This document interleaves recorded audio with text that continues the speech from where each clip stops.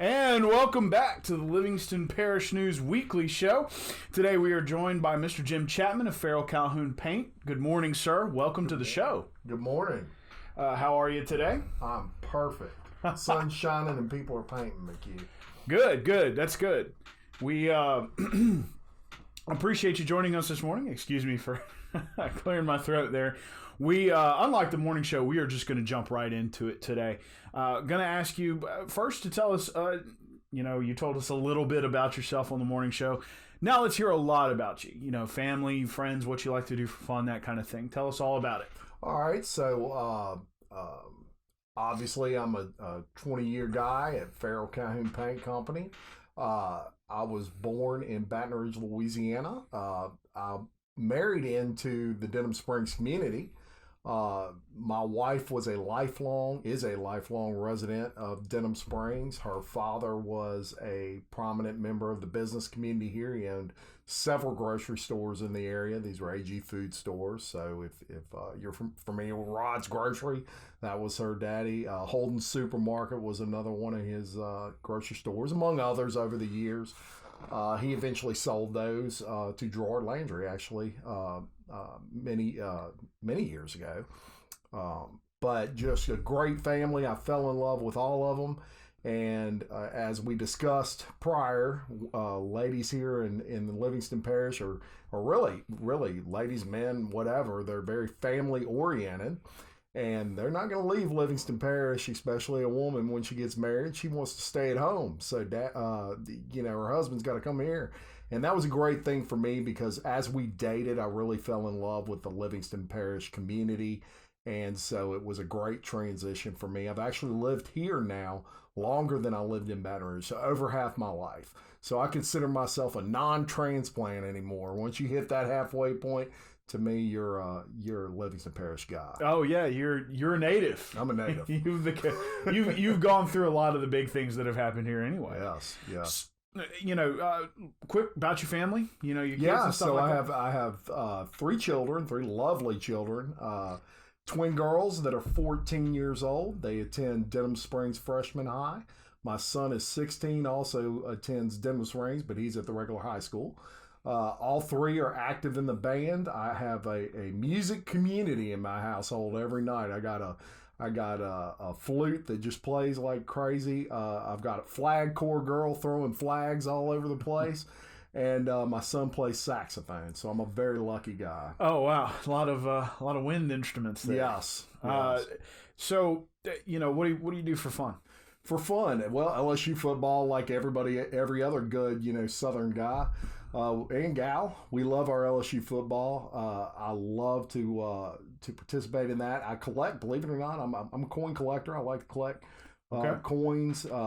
I do a lot of reading. I enjoy reading history. Military history is a big thing. My family has a pretty long lineage of military service and history. So I enjoy reading that in my spare time as well. But even in my spare time, I'm such a paint geek. I like to read about paint too. I know it's horrible.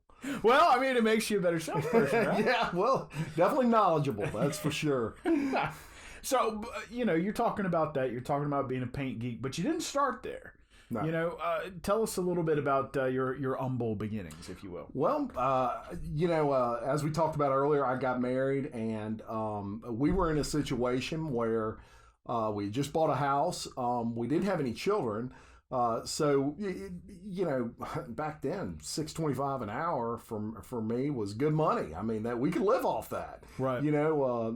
So my wife had just started a women's hospital, and I was in car sales at that time, and I was actually making decent money. I was successful with it. Ended up getting promoted to an F&I manager. And was really, really making some good bucks. The problem were the hours. I was working what we call bell to bell. So that was like 8 o'clock in the morning till probably 10, 11 o'clock at night, every day, but Sundays. And that was something when I was young back then I could do, had no problem with doing it. However, when you're first married and you're not seeing your spouse, that can cause an issue. Not that we had a major issue or anything, but that could cause an issue. And I missed my wife, and I wanted to be at home at night as much as possible. So I made a career change. It was a strange career change because I went way down what I was making to work and help a friend of mine who owned a smoothie business. And it was smoothies and like health food supplements and stuff like that. He needed some help running that store, and I went to help him. And in that process, I would meet customers constantly. And one of the customers that I met was our district manager, or our former district manager at Farrell-Calhoun. My friend comes up and he says, "Man, I met a girl. I'm moving to like Iowa or somewhere, and I'm closing the store, and so you need to start looking for a job." And I said, "Okay." That was kind of out of the blue. It was like I had a month, and so these customers would come in and I would just tell them, "Look, we're shutting down in like a month. He's not going to renew his lease, and so I'm gonna find something else." And that particular district manager said, "Why don't you work for me?" I said, "Well, I don't know anything about paint." He said, "Oh, we can teach you paint. You got a brain. That's what we need. We need someone with a brain." I said, "Well, I do have a brain." And so off we go. I go home. I tell my wife I've been offered a job at Farrell-Calhoun Paint. She looked at me like I had three heads and said, "Who is Farrell-Calhoun Paint?" I said, "Well, they're a paint company."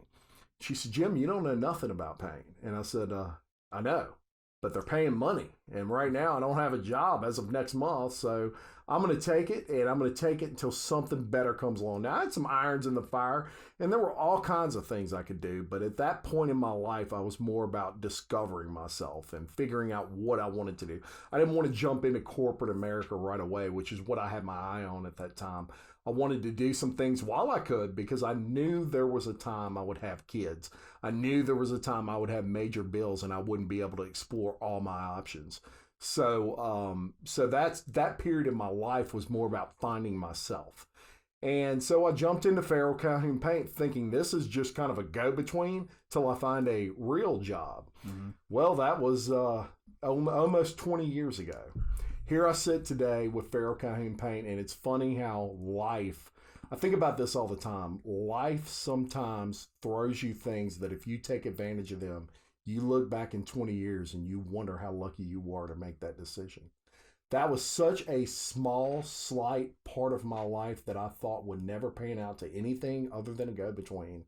And it has been one of the best things that ever happened to me, was that moment right there in that store when I said, "Yeah, I'll work for Farrell-Calhoun Paint." Well, and, obviously over a 20-year period, clearly they do something right, because they've kept, somebody like you, talented, smart, driven. So, in the morning show, we talked about what does Farrell-Calhoun do differently, and you gave one example, and I'm going to ask you to repeat it in a second. Sure. But you also said that you were willing to go a little more in depth with it, so We're going to ask you to do that too. So start off with what you talked about in the morning show, which is focused on that, really servicing the customer in all aspects. And then let's get into a couple other things, like, for example, we're going to talk a little bit about those specialty paints too. Yeah. Well, as we discussed in the morning show, everything in our company starts with service. So Farrell-Calhoun, for those that don't know, is a family-owned company.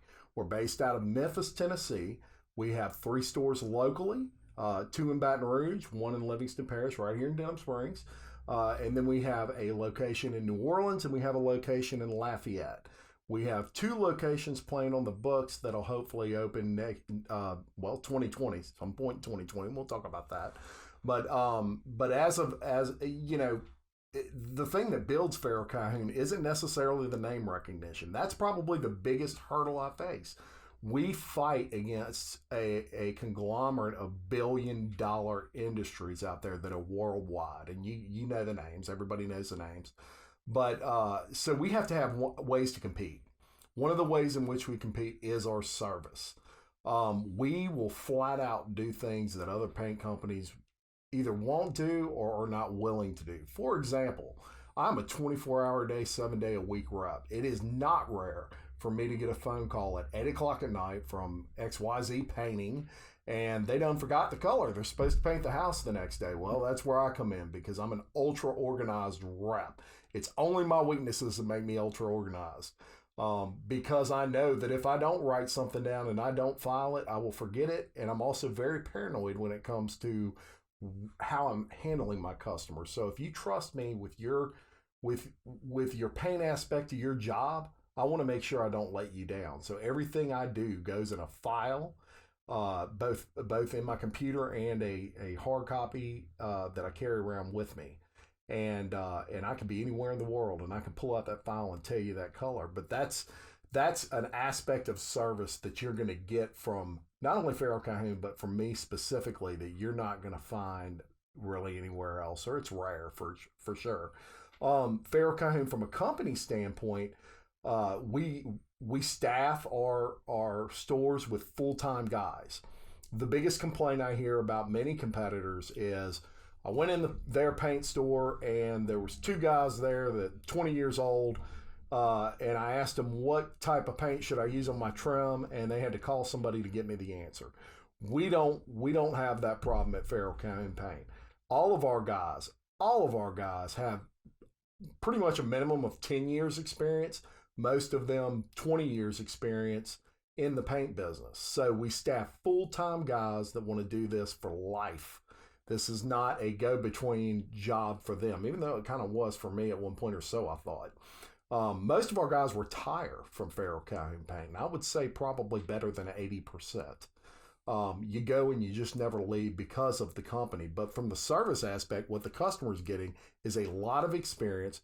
They're getting someone they can walk in that door and walk out knowing that the paint they got was correct for their surface. And that is something that requires a lot of science and knowledge. If you put a wall paint on a piece of trim, will it stick? Yes. Will it hold up? Likely not. I don't care whose paint it is. You got to give them the right paint for their circumstance. If you've got 4 kids, you don't want to put something on your walls that is the same coating that you put on there if it's just a husband and wife and they're retired and they never touch the wall. They can get away with a flat finish. But you don't want a flat finish when you got 4 kids in the house touching the walls and you have to wipe them down every day, because if you're like me, your kids get chocolate on their hands and everything else. They're touching walls and it's just embedding in that paint film if you don't have the right finish on there. Well, and that's something that, we've talked about before, but and that would be that, there's definitely a mixing element to the ownership and their ability to service that. But before we get into that, I want to take a step back and focus on something that you talked about, and we touched on it in the morning show, which is that sense of pride that you're talking about in these stores. I've walked into your Denham Springs location. 2 guys were there, both of them very friendly, came up, shook my hand, asked me my name, all that good, great stuff. And even went so far as to be the ones to do the mixing. And I want you to talk about this when we're talking through this part of the segment. Mm-hmm. But there's definitely, whatever comes down from on high, they instill a sense of pride in that store, in that location. Correct. Tell us about that. It's a corporate culture, and tell us about that. It really is. We want our paint stores to be like a coffee shop. And it legitimately is. There's a lot of guys that come in our paint store that are retired painters. They don't even paint anymore. We have 4 or 5 of them that go in that Denham Springs location that have not painted in 10 years, but they bought paint from us their whole lives, as they were working. And they go in there and they drink 2 cups of coffee and they sit around and we all talk and they leave. And they go back home and do whatever it is they do.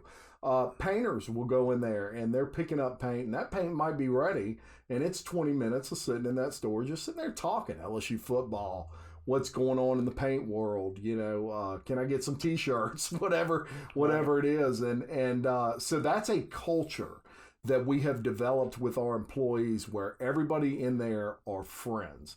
From a company standpoint, what Farrell-Calhoun does is we take care of our employees to where they never want to leave by offering things like a profit sharing program.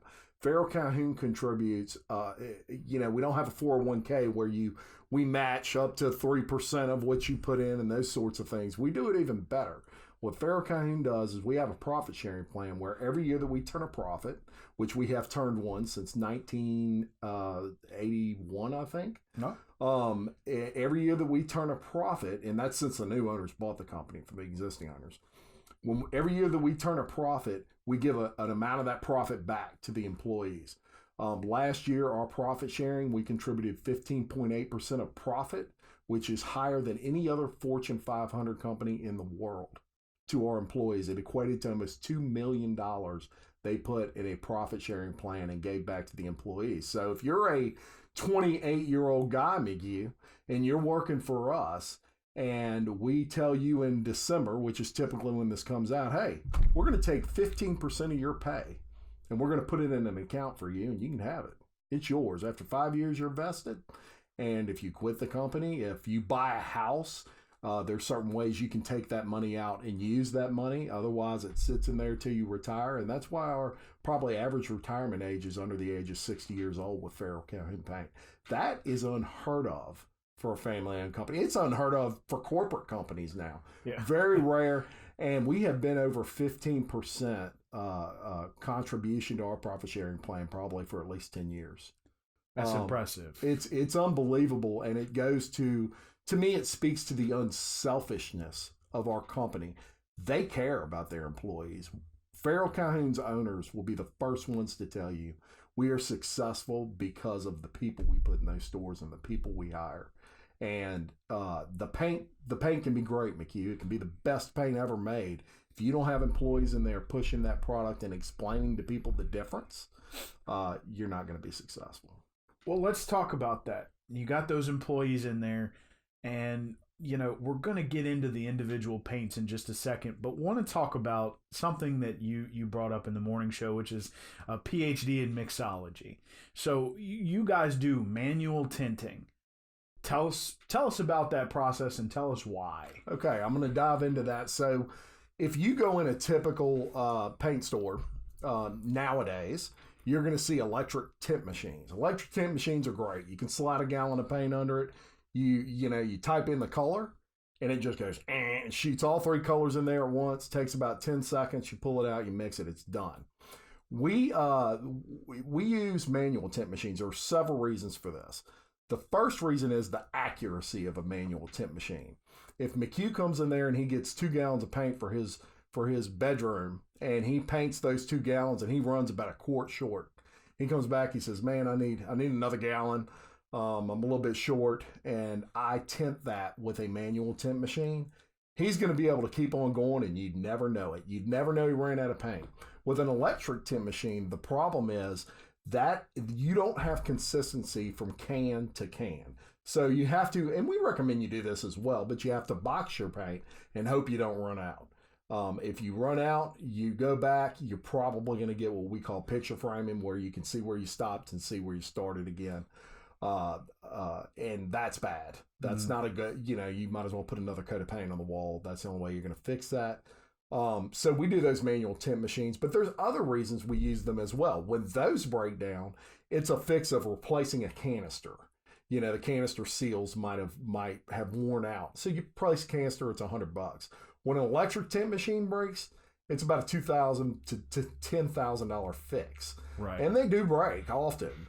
So from a company standpoint, that enables us to sell you paint cheaper because we don't have that overhead cost of those electric tint machines. But beside all that beside the point, with a manual tint machine, your employees learn to match by eye. So when you bring in a color and it requires a little bit of yellow and a little bit of green and a little bit of blue, we're sitting there, we're tinting that color, and we're learning that green and yellow, combined make this color. And red, if something comes in and it's too red and you shoot a little green in it, it kills the red. It takes a little bit of that red away. And you only learn those things by manually tinting, because if a computer's doing it, you never see the color go in the can. The advantage to that is we can match any color in the world perfectly. And we can do it by eye. Yes, we have a computer, a $25,000 matching computer that we put an eye on there and we push a button and it matches it. And it's great, and it's identical to what the customer's looking for. However, if that machine breaks, we can still take that gallon of paint and match it and never miss a beat. And that's very important to us. That's how much knowledge those guys in the stores have when it comes to matching colors. We can do that with stain, and we can do that with paint. So if you have a stained door and you bring it in and you say, look, my cabinet door broke, this is my other cabinet door, can you match this to make it match my first cabinet door that I'm replacing? There are very few paint companies that I know of, not only in Livingston Parish, but in the state, that you can take that cabinet door to Farrell-Calhoun Paint and it will match perfectly your other cabinet doors. We do all of that by eye. How valuable is that after the flood of 2016? I cannot tell you how many cabinet doors we match. People were keeping their uppers, but they replaced their lowers. So Right. what was happening was they came in with a cabinet door from their upper and they said, okay, we've got a whole new cabinet, doors and body, and we need to match this to our uppers. We did it. We made that happen. I was told more than once we were the only paint company that they could bring their cabinets to, and we could make that happen. Otherwise, they were tearing everything out because it just didn't match. Right. So a lot of this stuff, a lot of these best practices, a lot of the customer service comes down from, I'm going to use the term brain trust, which is the ownership of the company. You're talking about 3 kids and a dad. 3 of them have chemistry degrees. 1 of them a PhD. I'm going to let you go into all that. The other one who's involved has a teaching degree, but she's still very involved. Very involved. So tell us a little bit about ownership, and then, we're going to take what you tell us and we're going to start talking about your individual paints. Okay, so Jack Ward is the president of Farrell-Calhoun Paint. He would be the CEO and president. He bought the company back in 1976, and I just want to touch a little bit on Mr. Ward. Mr. Ward went to the original owner, who was Mr. Farrell. I believe it's Thomas Farrell, if I'm not mistaken. And back in that time, he was working for a large paint manufacturer, and he was their head chemist. And he had a dream. He wanted his own paint company. However, there was a problem back in 1976, and that was the oil embargo. The oil embargo started, and one of the rules of the oil embargo was if you did not already have a paint manufacturing company, you could not buy the resin to start a paint manufacturing company. All of that was on allocation. So they weren't allowed. You could start a manufacturing company, but you couldn't get oil. They wouldn't sell it to you. Right. So the only way that he could start that company was to go to an existing manufacturer who already had rights and buy their company, essentially. So he goes in and he had heard through the grapevine that Mr. Farrell was looking to sell. Mr. Farrell had passed this down to his son, also Mr. Farrell, and this guy was kind of a partier. And at that point, Farrell-Calhoun had dwindled down to it was like 2 or 3 stores in Memphis, and that was basically the extent of their territory. But they made a great gallon of paint. They had great formulations, and he had some formulations he wanted to then incorporate. And so he went, talked to him, and the guy spit out a number that was ridiculous. And he basically said, well, let me look around your warehouse, just kind of see what equipment you have. And now this is how smart Mr. Ward was. In his mind, he said, I'm going to walk through that warehouse and I'm going to look at all his raw material. And I know what this raw material costs. I know what I can sell it for if this doesn't work out. And so I'm going to add up in my head all his equipment and all his raw material, and that's going to be my offer. And that way, maybe I can't lose. So he walked around that warehouse. He calculated all of this in his head. He went to Mr. Farrell and he said, look, I'll offer you X, Y, Z amount. And he took it. And he took it on a handshake, McHugh. And those handshake deals would never happen anymore. But back then he took it on a handshake deal.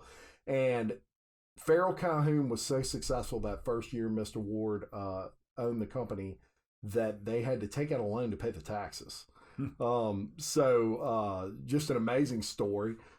Fast forward, back in 1981, we became completely debt free. He had paid off all the loan for the taxes and some other loans he took out to get it going. And we started getting in the black, and we were really growing. We had grown to about 20, I think it was 25 stores when I started. We now have 44. In that time, Anthony Ward, who is the vice president of sales and my boss, works in the company. That's his son. And Derrick Ward is the vice president of production. That's his other son. Julie Ward is the architect manager for us. She has a teaching degree, was a teacher for a while. Anthony Ward actually worked in a paper mill for a while, and Derrick Ward actually worked for a competing paint company for a while that we're friends with, another regional paint company. And there's a reason for that. And here's the key to how this family thinks. Mr. Jack Ward did not want his sons jumping right into the paint business with him. He wanted them to know what it was like to work for somebody else. He thought that was very important. He would not allow them to work for us other than part-time when they're in high school. But when they got out in the real world and they wanted a real job, he wanted them to go work for somebody else first and know what it's like, because he knew that you're going to be running a company and everybody's going to be working for you, and you need to know what it's like to work for somebody else. And true story there. That's strong. That's rare. So to talk about degrees, Mr. Jack Ward has a degree in chemistry from Notre Dame and a PhD from Florida. Anthony Ward has a degree from Vanderbilt. So obviously he's super smart. And it's funny. He has his chemistry degree, but he doesn't use it. He's the vice president of sales, and he says he's glad he don't use it. Derrick Ward is a vice president of production and also a chemist. He formulates a lot of our paints. He graduated from LSU.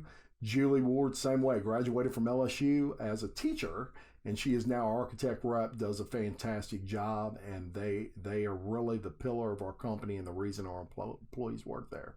Great family. So let's talk about those chemistry degrees, because it gives y'all a chance to focus on individual paints that are appropriate for different situations. And you and I kind of got to talking about this. I mean, you brought up, maybe retired versus kids, but I mean, you have outdoor brick, outdoor wood, outdoor stucco, that kind of thing, indoor wood, all of these different kinds of paints that are formulated in-house by these folks who are chemists. So tell us a little bit about how that kind of gives you an edge. Yes, it really does. And I'm going to talk about one in particular that we just released one this past year. It's called Dura Shield. And our competitors had similar products for outside that were similar, pretty good paints. And so our chemists were getting gallons of this and breaking it down, kind of seeing what's in it. And then we would paint it out and we would say, what do we like about this product and what do we not like? There were some things that we liked, but there were some issues with some competitors' products that we wanted to change because they just weren't performing like a Farrell-Calhoun paint can will perform. They had some sag issues and things like that. And so we came out with this Dura Shield product. And the reason we came out with it was the trend right now in the paint world is painting your exterior brick. Okay, that's a big deal. And it looks great. My brick is painted. The issue is you have some issues with algae growing from the grass up on the brick, and you'll see that with a lot of houses. You'll see maybe like a 2-foot section. The green, it's the green algae that's kind of growing around there. And the reason for that is a lack of an algicide. Algicide and mildicide are different. Mildicide kills the black, algicide kills the green. So algicide's killing everything from the ground up. Mildicide's killing that surface mildew that, trees blow mold spores onto the paint film. They attach, and there's minerals in that paint that mildew actually feeds off of, and it grows, and that's what causes mildew. It's really not a paint issue. It has nothing to do with paint. Mildew just attaches to what it attaches to, and paint is a great thing for it to attach to. And paint has minerals in it that cause that to grow. Now you can put mildicides in a paint, but mildicides only last so long. The premium mildicides, after about 2.5, 3 years, they evaporate just like everything else in the paint. They have a lifespan. Cheaper mildicides don't even last a year. I mean, they'll evaporate real quick.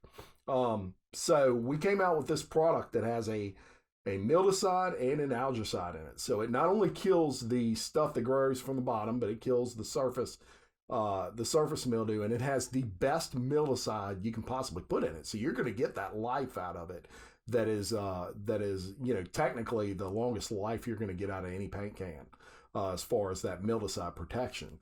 Not only that, but this product can be built up like 8 mils thick. What that means is you can spread it out as if you're spreading 2 coats of paint at once, and it won't sag. It'll just sit there. It will dry that way, which enables you to get 2 coats out of one, basically. What does that mean to a painter? Well, that means that his labor bill is going to be less to you, the homeowner. So it's going to cost you, the homeowner, less to use that product because the painter's not going to charge you for 2 coats. So I'm going to charge you for 1. Now, 2 coats is always great because that's maximum protection. You're going to get everything out of it. But you can certainly do 1 heavy coat and it's going to perform the way you want it to. It is really an innovative product. There's nothing else like it on the market. And the greatest thing about it, McHugh, it's going to cost about $30 a gallon for a contract. And we've talked about those competitive prices, and we're going to get into that after we take a quick break. We're going to talk more specifically about price and about your sales process, get into you individually in Farrell-Calhoun, and then we're going to talk about your reward. We will be right back. Appreciate you joining us today. So we began talking about Farrell-Calhoun and how Farrell-Calhoun is different as a paint company and how they, change it up and are different and that sort of thing. Now let's talk about you, Jim Yes. Chapman. What are some of the things that, as a paint sales rep that you do differently? And you touched on this a little bit in the morning show, but we'd like for you to go in a little more detail. Sure.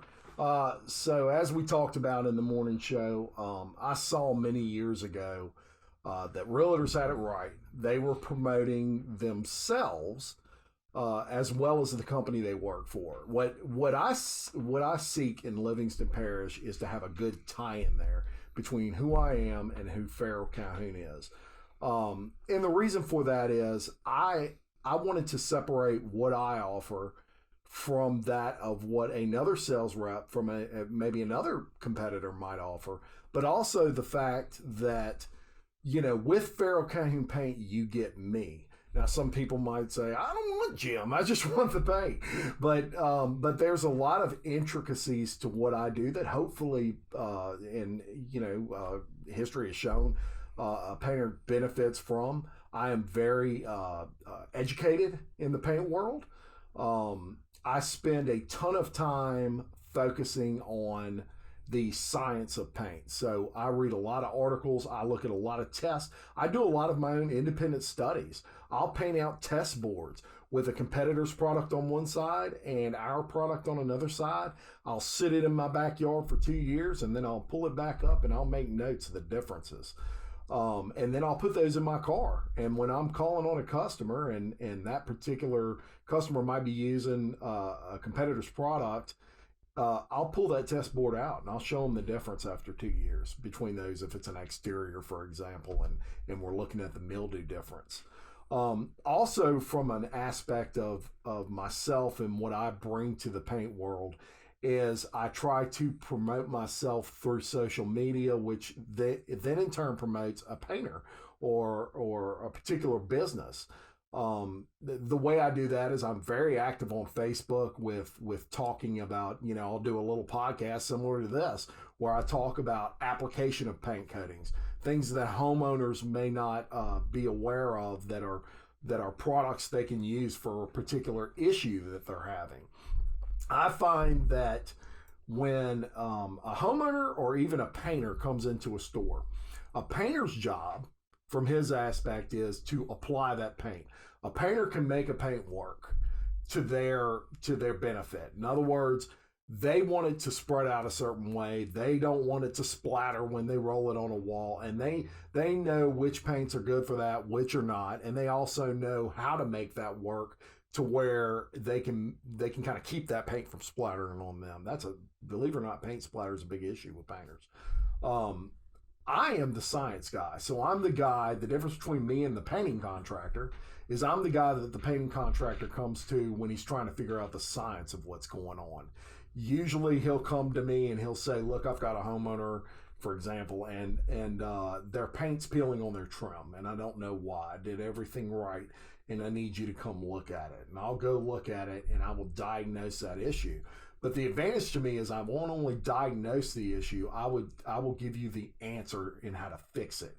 That's the difference between me and a lot of my competitors. I have a lot of experience, McHugh. I'm 45 years old.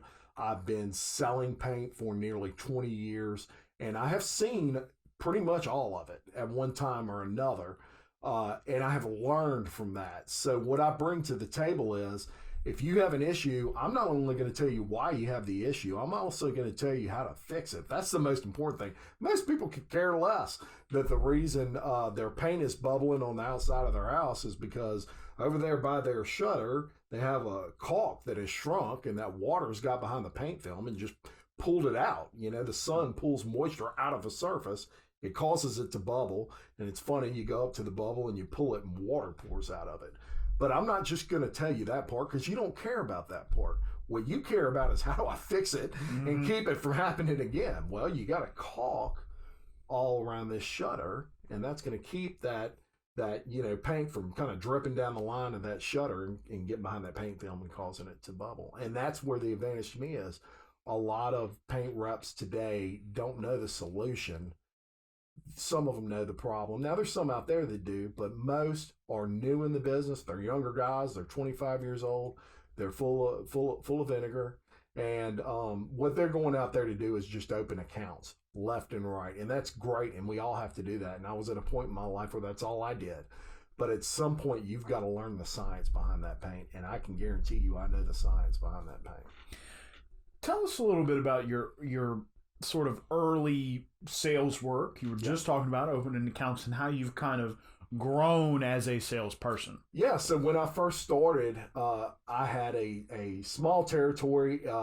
It was a big territory, but I had taken it over from another rep who had kind of ran that territory down a little bit to where it was producing about $20,000 in business. So they hand me, I don't know, it might have been 50 accounts or something. They said, here's the leftover accounts the guy had. We need you to go out there and build this. And so I was calling on the customers that he had, letting them know, hey, I'm your new sales rep, Jim. Most of them knew me because I was managing the paint store and before I went to outside sales. But I would call on these guys and kind of find out what the issue was. Why did you quit buying paint? And a lot of it was the frequency they were seeing the rep. The ability to get him on the phone, those sorts of things were frustrating. And competitors, their reps were visiting him. They were giving him T-shirts. They were talking to him and offering him good deals. And so through that, I tried to build faith with these guys and bring them on board. But when I was young and in the paint business, one of the things I did was I traveled to every subdivision I could, and everywhere I'd see a ladder in the back of the truck, I was stopping. These new residential, I wasn't going on people's private property, but if it was a new residential subdivision, they were building houses, I was stopping in there and I was talking to painters. Within my first 5 years at Farrell, I had won the most new accounts for the entire company twice. 1 year, I think I opened up 170 accounts in 1 year. The other year was right at 125 or something like that. And then I was consistently doing between 70 and 100 accounts. So that was my first 5 years of selling was a lot of work, and I loved every bit of it. It didn't seem like work to me. It was life to me. It was how I ate, McHugh. And if I wasn't out there and I wasn't calling on these guys and opening these accounts, my pocketbook was suffering in a way. And I knew that. And so that was what I did. I worked very, very hard to build that. So at some point, it became, okay, I can, you never want to use the term sit back, but there's points in your sales career where you kind of change gears. You've got one aspect of that, and it's working. It's building. Then you've got another aspect that you've not focused on that you need to. And for me, that was the marketing aspect of things. Everybody knows Farrell-Calhoun doesn't market like some of these larger companies. That's why you can walk in our paint store and get our paint cheaper than you can anywhere else. It's not because it's a worse paint. It's not because it's a cheap paint. It's because we don't put an advertisement on the back of Yankee Stadium. We don't sponsor the New Orleans Saints Superdome. We're not against that. We would have to sell our paint pretty high in order to do that. That's why our competitors are so much higher in cost than we are. It has nothing to do with quality and everything to do with their advertising budget. They have to get that money back somewhere, and that's priced in the gallon of their paint. So I saw a marketing need that really only I could feel here locally, and I had to do it on the cheap. And on the cheap was Facebook, and on the cheap was Instagram, and on the cheap was YouTube. And I started doing little things like that. And I also joined some organizations that where I can market with other business people, the chamber being one of those. I joined the chamber for a couple of reasons. I'm a grassroots guy. My company is a grassroots company. We're made in the USA. We're proud of that. You will not find a company vehicle that we own that is not a Ford or a Chevy. Nothing against any other type of vehicle. It's just our company belief is we want to buy everything we can that is a made in the USA product. And I know that's kind of these days, hit or miss with some of these companies, but it's a belief system that we have that we want to support that. And even down to our paint can openers. You flip over our paint can openers and it says made in the USA on it. Those are not as cheap as some you could get that were made in maybe China. But it's, if we're going to promote the fact that we're made in the USA, it wouldn't be very right for us to use paint can openers that were made in China, because we're not practicing what we preach. That's a belief from our company's perspective, and it's also a belief from my perspective. So everything that I do, I try to be grassroots about. The chamber, for me, is a company that they lobby for for small business, and we may not be considered a small business. I fight this battle all the time because some people will say, well, you're not a small business. You're in 9 states. You have 45 stores. And from a revenue standpoint, we're not considered a small business. We have a $49 million a year revenue. We're totally debt-free, and we're on great financial footing. That's what allows us to compete with all these billion-dollar worldwide companies. But we are a small business relative to those companies. When you produce $6 billion in revenue a year, $49 million is your advertising budget. Some of those companies sell more in a day than we sell in a year. And that's just fine with us, because at the end of the day, we have the paint. In our belief, the one thing no one can ever take away from Farrell-Calhoun is the fact that we sell a heck of a gallon of paint. Mm-hmm. And at the value you get for it, it can't be beat anywhere in the world. This is my opinion and my belief and my know, because I see the test. I see the backside of all this. So that's where we compete. My grassroots system is I want to be a part of organizations where they do support things like lobbying for small business. We're family owned. Family owned is important to like a chamber. I joined some other organizations where I do networking with other people, where I get to every week explain who I am, what I do, and what type of customer I'm looking for. And these people are like little sales reps, and they run around and they promote my paint as hard as I do, because they believe in Jim Chapman and what I'm doing. I give back to my community. Our company gives back to the community, and we do that. The great thing about paint, working for a paint company especially, is there's a lot of need for paint for like nonprofits. They're always in the need of a paint coating, and we can, that's something that we can supply. And we do that frequently. We wish we could do it with everybody. You got to be kind of careful, because if you helped everybody you want to help, sometimes you'll help yourself right out of business. Yeah. Unfortunately. So you have a certain amount that you can contribute to things like that. But we are extremely active with giving back to our community, especially here local in Livingston Parish. Well, you kind of jumped right into my next question is being able to get involved in that community. So, taking everything we've talked about today, brief overview of yourself, moving through your company, and then moving into yourself as someone who takes this very seriously, but at the same time you love it, you enjoy it, you work through it. So the chamber contacts you and says you've been nominated for Large Business of the Year and hands you an application. And you said that it kind of gave you a chance to step back and really think about these things as a company.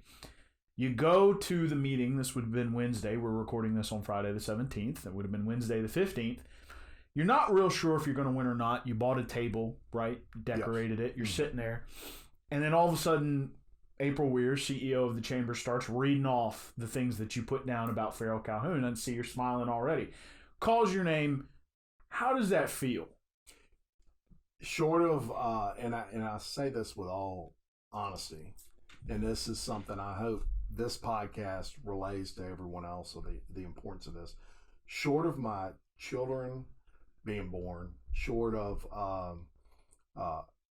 coming back after the flood, not only did our business flood, but my personal home flooded. And short of coming back from that, that was probably the best feeling I've ever had in my life. When you're someone, McHugh, that every day you get up and you fight tooth and nail against some pretty large companies that have absolutely an unlimited check, that they can buy business, they can do whatever they want. All you have is the trust of your community.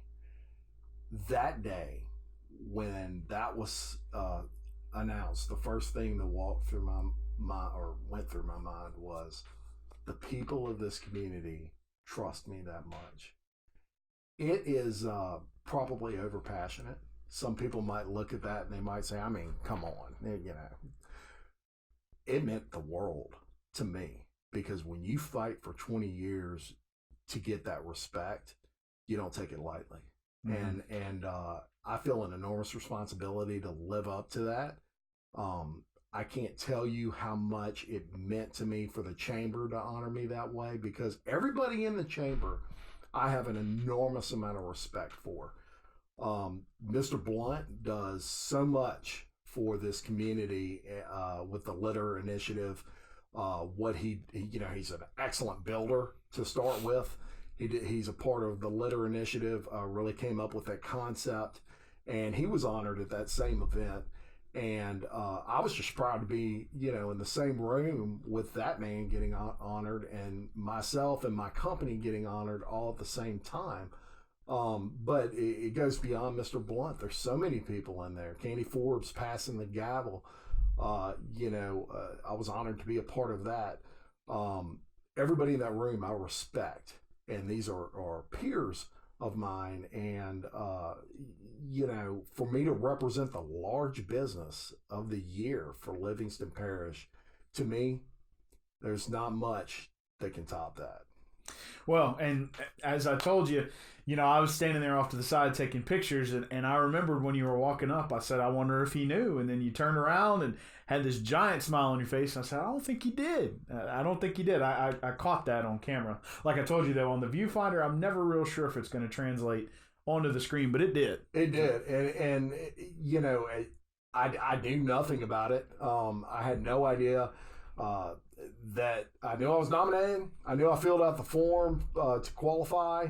And from there, I knew nothing else. April Wares at the Chamber did a great job of not, keying me off to that. And that's the reason I accepted the award. And I just it was probably, for a guy that likes attention, it was probably the fastest I've ever got up and sat down in my life, because I didn't even want to look up, because I'm like, I don't want to pull a burrow here. Yeah. And that meant so much to me, man. I might have started tearing up had I looked up at the crowd of people that were clapping for my company. And so I kept my head down, zoned right back to my seat, and sat down and just stared at it. And then I passed it around. I was fortunate, all the other guys, because it's not just me. Everybody from Farrell-Calhoun, from the top down. There were 7 other guys there. They represented our district manager here in Louisiana, our regional sales manager that covers the entire southern region for us, and other sales reps that cover this particular area. And I said, pass it down. Let's all look at it. It was kind of like LSU touching the national championship trophy. Right. Well, it was a big win for you guys, and we want to congratulate you on it. Thank you. We have appreciated listening to you today, talk about Farrell-Calhoun Paint, talking about yourself, and talking about that big win on Wednesday, January 17th, named Large Business of the Year for 2019 in Livingston Parish by the Livingston Parish Chamber. Again, Mr. Jim Chapman, who, as you said, you are sort of a regional sales manager working through several offices here in Louisiana, southern Louisiana, and but based here out of Denham Springs, and we're fortunate to have you here in our community. So again, want to thank you for joining us this morning. Appreciate that. Thank you for having me. I enjoyed it. Absolutely, I enjoyed it as well. And as someone said on the morning show, love your passion, and you very clearly have a passion for paint and it shows, and it's very much a culture at Farrell-Calhoun. Thank you so much. Thank you for joining us. We do appreciate it. This has been the Livingston Parish Weekly Show. We got a chance to jump in with Jim Chapman, Farrell-Calhoun Paint, talk about his company, talk about his big win. This will be running hopefully Friday afternoon. We'll have a couple more coming to you over the weekend, trying to get back into a rhythm with things. And I appreciate him giving me a little bump and coming on the show to get me back in the rhythm. One more time, my name is McHugh David, publisher and editor of the news. Appreciate you joining us. Please check us out. We are on all podcast platforms. We also post these. www.livingstonparishnews.com/podcast. We will check you out next time.